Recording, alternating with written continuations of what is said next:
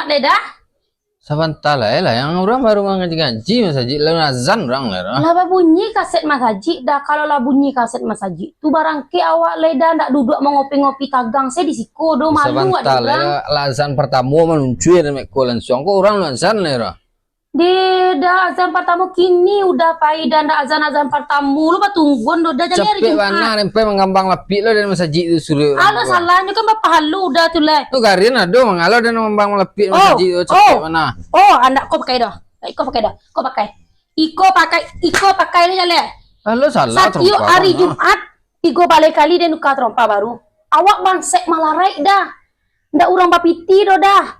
Kalau nak kareja tidak mau terompa ko, sampian di Karampang udah tuh masuk nama Saji. Orang rancak-rancak terempa orang saji yang nak terempa Solo kok pakai orang lah. Rancak-rancak tapi tak tukar rompa taruh buruk taruh rompa Solo balang sebalan ada bawa pulang. Ngecek juga. Itulah biasa anggapnya masih raka wak masih raka. Allah ndak tahu duntung basidaka. Weh awak bansai kau dah tahu duntung seketik basidaka. Kau pakai cek den. Tukarlah. Curang kayu tiuk sebantar sekali seminggu balik terompa. Apa sembayang male-male lo terompa ditukar ni masjid orang. Pakai tu ah. Lepas pakai kau mahal di balik kau mah. Cuma itu gua suruh lo dan tukar-tukar terompa.